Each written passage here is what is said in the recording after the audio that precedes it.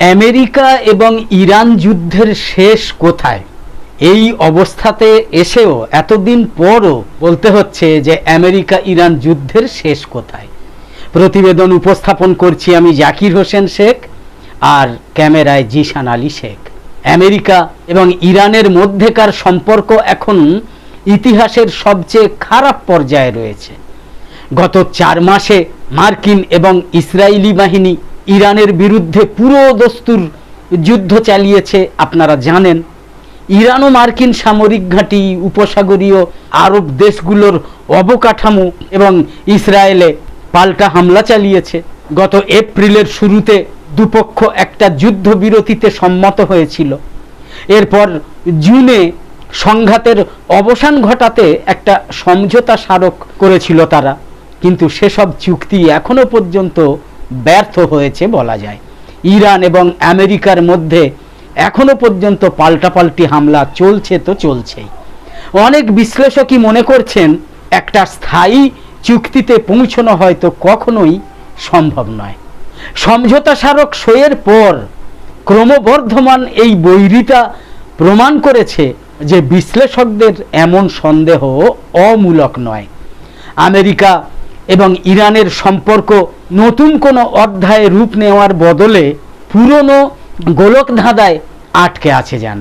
দুপক্ষই একে অপরের বিরুদ্ধে চুক্তি লঙ্ঘন এবং অসততার অভিযোগ তুলছে। সরাসরি আলোচনার বদলে তারা তৃতীয় পক্ষের মাধ্যমে ভাঙাচোরা সংলাপ চালাচ্ছে। সম্প্রতি ইরানের ওপর 300-র বেশি মার্কিন হামলা হয়েছে। অন্যদিকে তেহরানও অন্তত 5টা আঞ্চলিক দেশ এবং হরমুজ প্রণালী দিয়ে চলাচলকারী একাধিক জাহাজে পাল্টা হামলা চালিয়েছে। তবুও এই যুদ্ধই হয়তো আপাত বিরোধীভাবে দুদেশের ভাঙা সম্পর্ককে জোড়া লাগানোর একটা সুযোগ তৈরি করেছে বলতে পারা যায়। কারণ এই সংঘাত এখন এমন একটা অচলাবস্থায় এসে ঠেকেছে যা কারো জন্যই স্বস্তিদায়ক নয়। ওয়াশিংটন স্পষ্টভাবেই বুঝতে পারছে যে তারা ইসলামী প্রজাতন্ত্র ইরানকে ক্ষমতাচ্যুত করতে পারছে না তারা তাদের পারমাণবিক কর্মসূচি বন্ধ করতে, কিংবা আঞ্চলিক মিত্রদের প্রতি সমর্থন এবং হরমুজ প্রণালীর নিয়ন্ত্রণ ছাড়তে বাধ্য করতে। তারা এগুলো কিছুতেই করতে পারছে না। ওয়াশিংটন বা তেহরান কেউই তাদের অবস্থান বদলায়নি, বরং দুপক্ষই আরও আগ্রাসী হয়ে ওঠে, যার চূড়ান্ত রূপ নেয় গত ফেব্রুয়ারিতে শুরু হওয়া এই যুদ্ধ। তবে এই অচলাবস্থা হয়তো দুদেশের পুরনো ধারণা বদলে দিতে পারে। মার্কিন কর্মকর্তাদের একাংশ এখন বুঝতে পারছেন যে সব ধরনের ব্যবস্থা নিয়েও ওয়াশিংটন ইরানের নীতি পরিবর্তন করতে পারেনি। একইভাবে তেহরানও আমেরিকাকে তাদের আঙিনা থেকে তাড়াতে বা ওয়াশিংটনের অর্থনৈতিক এবং সামরিক চাপ প্রয়োগ বন্ধ করতে পারছে না। সহজ কথায় এই যুদ্ধ প্রমাণ করেছে যে কোনো সরকারই অপরপক্ষকে, সে আমেরিকা হোক বা ইরান হোক, অপরপক্ষকে পুরোপুরি পরাস্ত করতে পারবে না, এবং এই লাগামহীন শত্রুতার খেসারত দিন দিন বড্ড ভারী এবং ঝুঁকিপূর্ণ হয়ে উঠছে। যুদ্ধ চলতে থাকলেও উভয় দেশের অনেক কর্মকর্তাই এখন এই বাস্তবতা বুঝতে শুরু করেছেন। ফলে দুপক্ষের নীতি নির্ধারকদের কেউ কেউ সহাবস্থানের পথ খুঁজছেন। প্রায় 1 দশকের মধ্যে এই প্রথম শীর্ষ মার্কিন এবং ইরানি কর্মকর্তারা আলোচনার টেবিলে সরাসরি মুখোমুখি বসেছেন। তারা অর্থপূর্ণ আপোস রফা নিয়ে আলোচনা করছেন। এমনকি দুপক্ষ একটা সামরিক হটলাইন চালু করতেও সম্মত হতে পারে, যাতে যে কোনো সংঘাত ছড়িয়ে পড়ার আগেই তা নিয়ন্ত্রণ করা যায়। এই উদ্যোগ সফল হলে 1979 সালে তেহরানে মার্কিন দূতাবাসে হামলার পর এটাই হবে প্রথম কোনো সরাসরি মার্কিন এবং ইরানের মধ্যে যোগাযোগের মাধ্যম। এসব প্রচেষ্টা অবশ্য ব্যর্থও হতে পারে, কারণ সমঝোতা স্মারকটা এখন ভেস্তে যাওয়ার মুখে। দুই দেশেই এমন শক্তিশালী গোষ্ঠী রয়েছে যারা কূটনীতির বিরোধিতা করে এবং সংঘাত পছন্দ করে। দুই চিরশত্রুর এই আলোচনারও একটা সীমাবদ্ধতা থাকবে, কিন্তু শেষ পর্যন্ত ক্লান্ত হয়ে দুপক্ষই হয়তো একই অনিচ্ছুক সিদ্ধান্তে পৌঁছবে, পুরানো কৌশল ব্যর্থ হয়েছে এরকমটা ভেবে। আমেরিকা এবং ইরানের সম্পর্ক স্থিতিশীল করার শেষ বড় চেষ্টা ছিল 2015 সালের পারমাণবিক চুক্তি, বারাক ওবামার সময়। আনুষ্ঠানিকভাবে এটা ছিল একটা সীমিত চুক্তি। ইরান তাদের পারমাণবিক কর্মসূচি সীমিত করতে এবং আন্তর্জাতিক পরিদর্শনের অনুমতি দিতে রাজি হয়েছিল। বিনিময়ে আমেরিকা তাদের ওপর থেকে কিছু নিষেধাজ্ঞা তুলে নেওয়ার আশ্বাস দিয়েছিল। কিন্তু রাজনৈতিকভাবে এটা ছিল আরো বড় একটা বাজি।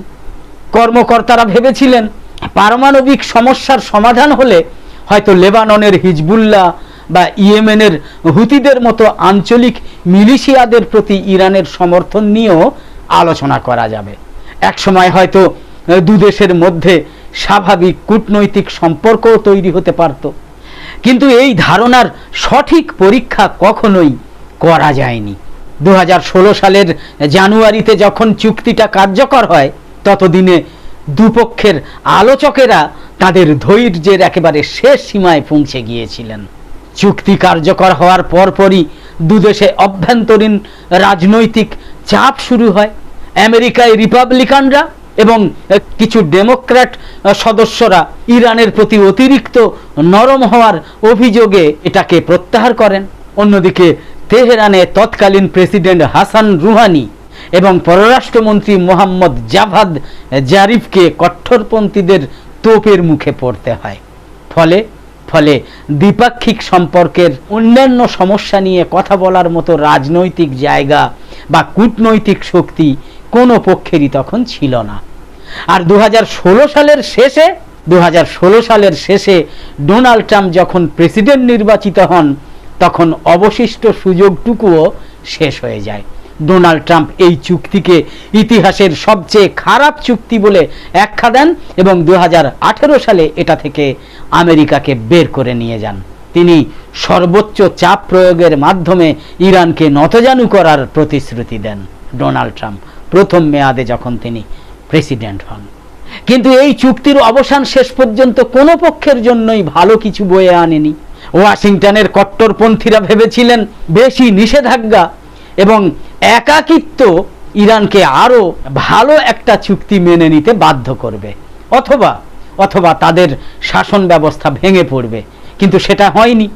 ইরান এই চাপ সহ্য করে নিয়েছে, তাদের পারমাণবিক কর্মসূচি আরো বাড়িয়েছে এবং দেশের ভেতরে আরো কঠোর এবং অঞ্চলে আরো আক্রমণাত্মক হয়ে উঠেছে ইরান। রুহানির জায়গায় আসেন কট্টরপন্থী ইব্রাহিম রাইসি, যিনি চুক্তি বিরোধীদের আরো ক্ষমতাশালী করেন। তবে ইরানি কট্টরপন্থীরাও সফল হননি, এটা কিন্তু বলা যায়। মার্কিন নিষেধাজ্ঞার কারণে দেশের অর্থনীতি মারাত্মক ক্ষতিগ্রস্ত হয়, যা দেশে বড় ধরনের বিক্ষোভের জন্ম দেয় ইরানে। আর 2023 সালের অক্টোবরে ইসরায়েলে হামাসের হামলার পর ইসরায়েল এবং মার্কিন সামরিক অভিযানে ইরানের আঞ্চলিক মিত্ররা অনেকটাই দুর্বল হয়ে পড়ে। তবুও ওয়াশিংটন বা তেহরান কেউই তাদের অবস্থান বদলায়নি, বরং দুপক্ষই আরও আগ্রাসী হয়ে ওঠে, যার চূড়ান্ত রূপ নেয় গত ফেব্রুয়ারিতে শুরু হওয়া এই যুদ্ধ বর্তমানে যা চলছে। তবে এই অচলাবস্থা হয়তো দুদেশের পুরনো ধারণা বদলে দিতে পারে। মার্কিন কর্মকর্তাদের একাংশ এখন বুঝতে পারছেন যে সব ধরনের ব্যবস্থা নিয়েও ওয়াশিংটন ইরানের নীতি পরিবর্তন করতে পারেনি। অন্যদিকে ইসলামী প্রজাতন্ত্র ইরান হয়তো যুদ্ধ থেকে টিকে গিয়েছে, কিন্তু দেশের অর্থনীতি পুনর্গঠন করতে না পারলে শান্তির সময়ে টিকে থাকা তাদের জন্য কঠিনই হবে বলা যায়। বিশ্লেষকরা তেমনটাই বলছেন। আমেরিকা এর আগেও তার শত্রুদের সঙ্গে হাত মিলিয়েছে। চীনে কমিউনিস্ট পার্টি ক্ষমতায় আসার পর প্রায় 20 বছর ওয়াশিংটন দেশটাকে বিচ্ছিন্ন করে রেখেছিল।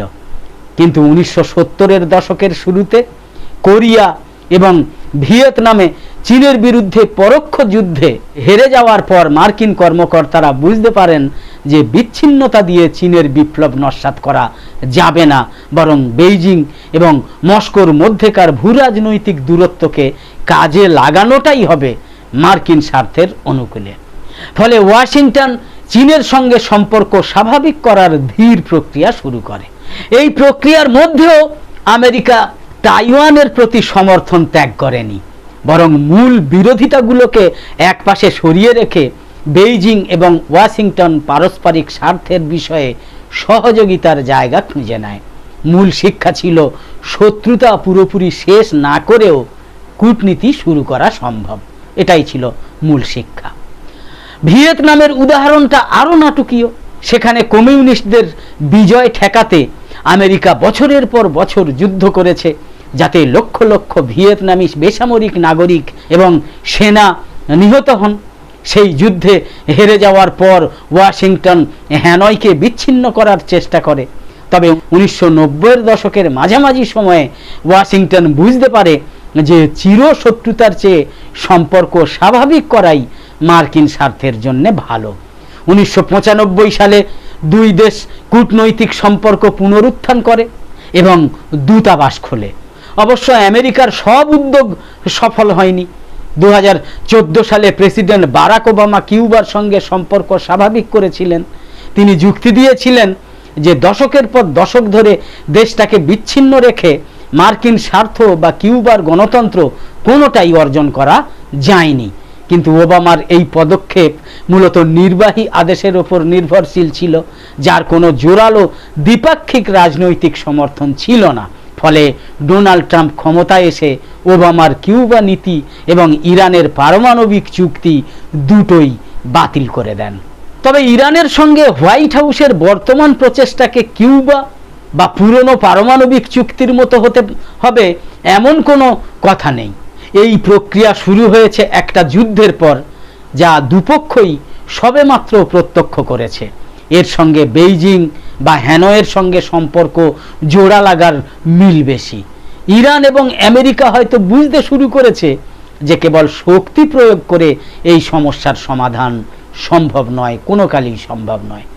এর মানে অবশ্য এই নয় যে কোনো বড় ধরনের চুক্তি একদম হাতের নাগালে, মোটেও কিন্তু তা নয়। প্রকৃতপক্ষে তাৎক্ষণিক কাজ হলো জুনের সমঝোতা স্মারকটা যেন ঘন ঘন পাল্টাপাল্টি হামলায় পুরোপুরি ভেঙে না পড়ে সেটা নিশ্চিত করা। উভয় পক্ষেরই অতীতের একটা মূল শিক্ষা নেওয়া উচিত। 2015 সালের চুক্তিটা টেকনিক্যালি দুর্বল ছিল না, বরং এটা রাজনৈতিকভাবে অভিভাবকহীন হয়ে পড়েছিল। চুক্তির বিরোধীরা ছিল গোছানো এবং অবিচল, আর এর সমর্থকরা মানে চুক্তির সমর্থকরা ভুলভাবে ভেবেছিলেন যে চুক্তি কার্যকর হলেই এর পক্ষে জনমত তৈরি হবে। ইরানের সঙ্গে যে কোনো নতুন চুক্তি করার সময় মাথায় রাখতে হবে যে চুক্তির সুফলভোগীদের চেয়ে এর বিরোধীরা কিন্তু বেশি দ্রুত তৎপরতা চালাবে। প্রথমে ইরানের অভ্যন্তরীণ কঠিন পরীক্ষার কথাই ধরা যাক। ইসলামী প্রজাতন্ত্রটা এখন একজন নতুন সর্বোচ্চ নেতা এবং একটা নতুন রাজনৈতিক এলিট দ্বারা পরিচালিত হচ্ছে, যাদের যুদ্ধের সময়কার ঐক্য আসলে ভবিষ্যতের গভীর মতভেদকে আড়াল করে রেখেছে। কেউ কেউ মনে করেন যুদ্ধের পর শাসন ব্যবস্থাকে টিকিয়ে রাখতে ওয়াশিংটনের সঙ্গে সমঝোতাই একমাত্র পথ। আবার কেউ কেউ একে আদর্শিক বিচ্যুতি বলে মনে করেন। তবে ইরানি নীতি নির্ধারকদের ভবিষ্যৎ ভাবনা যাই হোক না কেন, যুদ্ধের মাধ্যমে অর্জিত লাভ, যেমন হরমুজ প্রণালীর নিয়ন্ত্রণ রক্ষা করার বিষয়ে তারা সবাই একমত। এই দুই পক্ষের মধ্যেকার ভারসাম্য কোনো বক্তৃতার মাধ্যমে নির্ধারিত হবে না।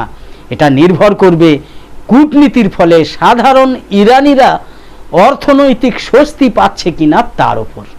ডোনাল্ড ট্রাম্প প্রশাসনের জন্য প্রশ্ন হলো তারা তাদের এই নীতির পরিবর্তনের গভীরতা বুঝতে পারছে কিনা। জুনের সমঝোতা স্মারকে যে নিষেধাজ্ঞা প্রত্যাহারের কথা বলা হয়েছে তা যদি কার্যকর হয় তবে তা কেবল একটা চুক্তি হবে না, এটা ইঙ্গিত দেবে যে দীর্ঘ 4 দশক ধরে ইরানকে চাপে রাখার নীতি ব্যর্থ হওয়ার পর ওয়াশিংটন অবশেষে অবরোধ নীতি ত্যাগ করতে রাজি হয়েছে। সামনের চ্যালেঞ্জগুলো স্পষ্ট। সমঝোতা স্মারকের ভিন্ন ভিন্ন ব্যাখ্যার কারণে চুক্তিটা সই হওয়ার 1 মাসের মধ্যেই এখন লাইভ সাপোর্টে রয়েছে। ওয়াশিংটনকে এখন এমন একটা সিদ্ধান্তের মুখোমুখি হতে হবে যা তারা এতদিন এড়িয়ে গিয়েছে। আমেরিকা কি শুধু ইরান এবং তার মিত্রদের নিয়ন্ত্রণ করবে, নাকি তার নিজের মিত্রদেরও মানে ইসরায়েলকেও থামাবে? এটা কিন্তু সবথেকে বড় কথা। যদি বিরোধীদের ঠেকিয়ে রাখাও যায় এবং তেহরান ও ওয়াশিংটন যুদ্ধের ময়দান ছেড়ে আলোচনার টেবিলে ফিরেও আসে, তাও শান্তি প্রতিষ্ঠার কোনো নিশ্চয়তা নেই। আলোচনার টেবিল ভেঙে যাওয়ার জন্য সামান্য উস্কানি কিন্তু যথেষ্ট, যদি না আমেরিকা ইসরায়েলকে থামায়, তার মিত্রকে থামায়। কিন্তু আমেরিকা এবং ইরানের বন্ধু হওয়ার প্রয়োজন নেই, তাদের শুধু এমন একটা ভিত্তি দরকার যা রাজনৈতিক পট পরিবর্তনের সঙ্গে ভেঙে পড়বে না, রাজনৈতিক পট পরিবর্তনের সঙ্গে ভেঙে পড়বে না। আর তারা যদি এতে সফল হয় তবে এর প্রভাব হবে সুদূর প্রসারী। একদম শেষে বলি, নিউজ নির্ভীকে আমাদের নিয়মিত উপস্থাপন করা এই রকম বিশেষ প্রতিবেদন ভালো লেগে থাকলে ইউটিউবে নোটিফিকেশন পেতে সাবস্ক্রাইব করে পাশের বেল আইকন অন করে অল সিলেক্ট করে রাখুন। আর ফেসবুকে লাইক বা ফলো করে আমাদের আরও নতুন নতুন ভিডিও বানাতে এবং লাইভ সম্প্রচারে উৎসাহিত করতে লাইক, কমেন্ট এবং বেশি বেশি শেয়ার করে সঙ্গে থাকুন। তো আপাতত শেষ করছি। কামনা করি সকলে সবসময় খুব ভালো এবং সুস্থ থাকুন, সাবধানে থাকুন। ধন্যবাদ।